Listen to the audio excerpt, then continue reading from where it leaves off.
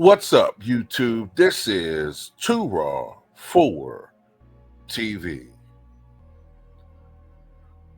All right, man. Jimmy Butler, right?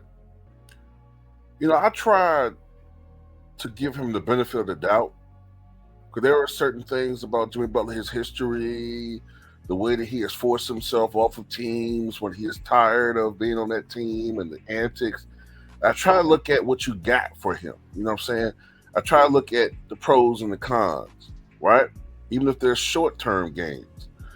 But now the way that he has behaved and his antics and the pattern of behaviors over the years, I'm done with Jimmy Butler, y'all. So, according to reports, I'm looking at an article for freedomworld.net. Jimmy Butler has blocked multiple trades to NBA championship contenders. With just days to go before this week's NBA trade deadline, the Miami Heat are still looking for a solution regarding their disgruntled veteran star, Jimmy Butler.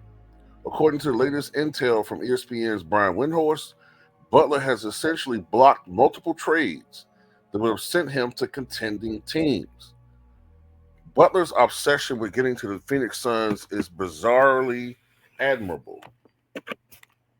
He has torched his relationship with the Heat and hurt the team's season. He has also blocked trade options that would be good fits, where he could have potentially gotten paid and been on a contender. But he's the rare difference maker who can tilt the outcome of a playoff series, and that comes with a lot of power. Butler is still trying to use it.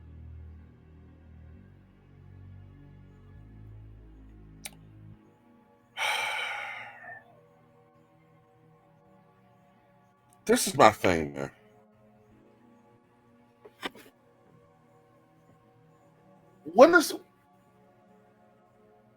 At the end of the day, his argument is, or at least it has been, that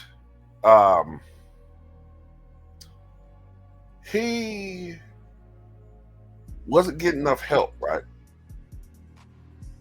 to be on a team that could contend for a title. He said Pat Riley hasn't done enough to get him help. And the issue is money, right? So what I'm not understanding is, you've had, according to his reports now, maybe I'm hearing this wrong, but according to reports, there have been instances where the Miami Heat have set up trades where he could have been to a certain, whatever various destination, but I guess he's blocked it by saying, I'm not going to sign any extension beyond this year. So at best, I'll just be a half a year rental. So you're wasting it. You know what I'm saying? You're basically wasting this whole situation trying to even trade for me. So essentially that ruins the trade, right? So that's what I'm getting from this, right? So okay, correct me if I'm wrong, but that's what I'm getting from this. So he is that gung-ho about going to Phoenix. So you just really just want to go to Phoenix. So it's not even about you just want to win, or not even totally about the money. You just quit on your team. You quit on your team because you're in your goddamn feelings because Pat Riley cussed you out last year. That's what, quote, ruined your joy. So now you just want to go and leave. And then you want to be specific about where you go, like as if you that guy, as if you're LeBron. You're not LeBron Ramon James. And I don't buy all this playoff Jimmy bullshit. What I think goes on is that for the most of the season, Jimmy Butler gives you 60% effort. He gives you 60% effort. He's dogging it during the season. He averages 17, 18, 19 points a game. And during the playoffs, until he wears out and gets tired, he's giving you 25, 27, 28 points a night, only to ultimately fail in the finals because he's not that guy. He's a guy that can get you pretty far. But even if you look at that year where, he was supposedly killing Drew Holiday, he was. And a lot of that was just stupid coaching on Mike Budenholzer's part. I mean, at some point, look, send some goddamn defensive help for Drew Holiday on Butler get the ball in his hands. You know what I'm saying? But if you look at that playoff run, he was averaging like damn near 40 against the Bucks, but in each subsequent round, he struggled more and more because the teams got more difficult.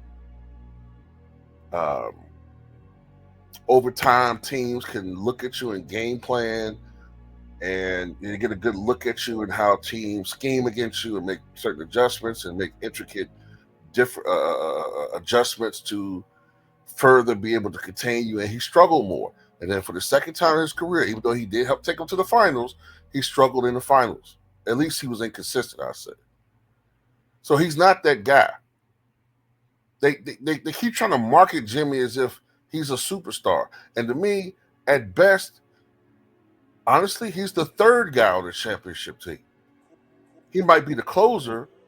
To me, he's sort of like he might have the role that, like, say, Andrew Toney had with the Sixers and would have had it had not been for the foot injury.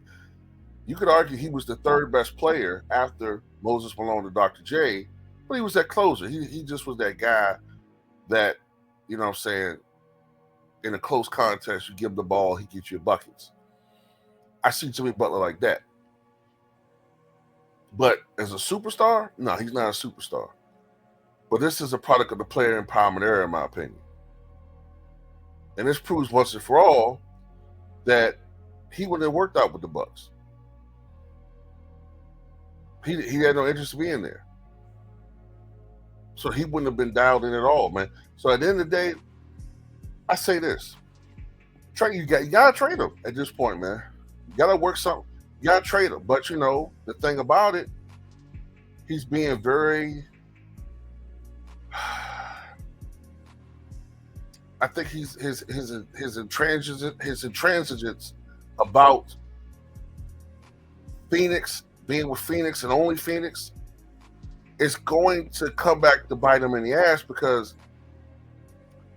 it seems like it's contingent on Bradley Beal, and Bradley Beal seems adamant about not waiving his no trade clause.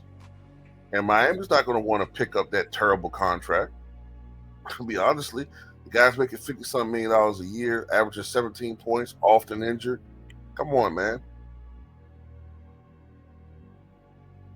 And if Bradley Beal doesn't push the button on that trade, you're stuck there. If he's stuck in Miami, his teammates don't want to play with him.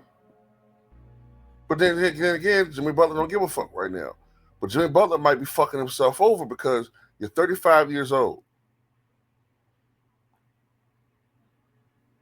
Teams are looking at how you're moving right now. Who's going to want to deal with Jimmy Butler?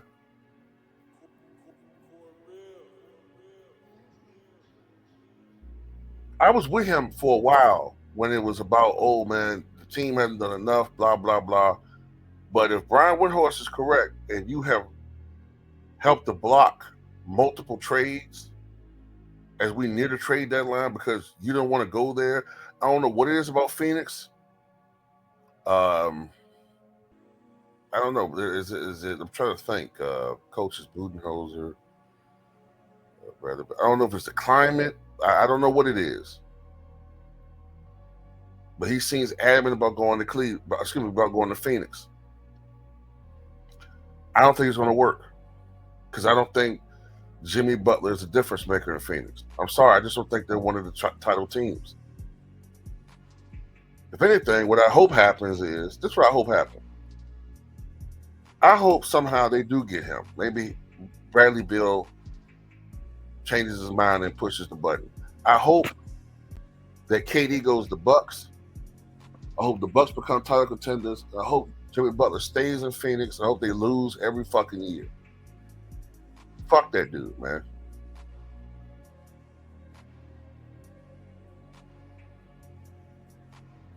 And Miami Heat fans deserve better than this, man. And his teammates deserve better than that. I'm done with him, man. Like when I heard that he had his teammates basically looking for him for hours. He's supposed to meet him at at a designated area as far as meeting him to I guess to go on a flight out of the city. I forgot some of the details, but basically I know this. He had his teammates stranded looking for him for hours when he knew he wasn't going to be there. And then you leave practice because you find out that you were not going to be in the starting lineup. And I think they were going to replace you with Highsmith, excuse me. And you just leave practice. You all about yourself, bro. You're all about yourself. Like I said before, I don't think this dude be giving 100% effort during the regular season. It ain't that, he goes on Superman mode. It's like he could play like that all year long. He could play like that all year long if he wanted to. These guys are getting paid maximum money and want to give minimum effort. It's ridiculous. And yeah, I agree with Ticket, man. And I agree with other people that say this. At the end of the day, man, I never thought I would say this, but I side with the owners this time. Because the players is fucking the game up for real, man. I don't hear nothing about the plantation. I don't hear about that crap, man. I'm a consumer. We're all consumers of a product, man. And the product sucks. I don't care if all the goddamn, you know what I'm saying, the people who make the product look more like me. If I'm going to McDonald's and we getting charged all this money because of inflation, and you look at your Big Mac and they only got one patty and a booger in the middle, I don't care if all the people that own the franchises are white. I don't care about none of that, man. I'm paying for a product. We're all looking for we're paying for the NBA. Indirectly, we pay their salaries. Indirectly.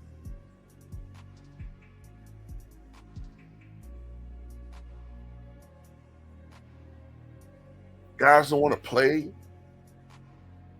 Talking about they want to shorten the season to 62 games. Now, this moronic commissioner talking about shortening the season, the games to 10 minutes quarters. Come on, man. What are we doing?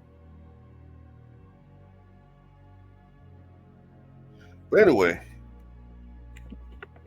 that's just my take on this, man. Tell me what you guys think. Ridiculous, man.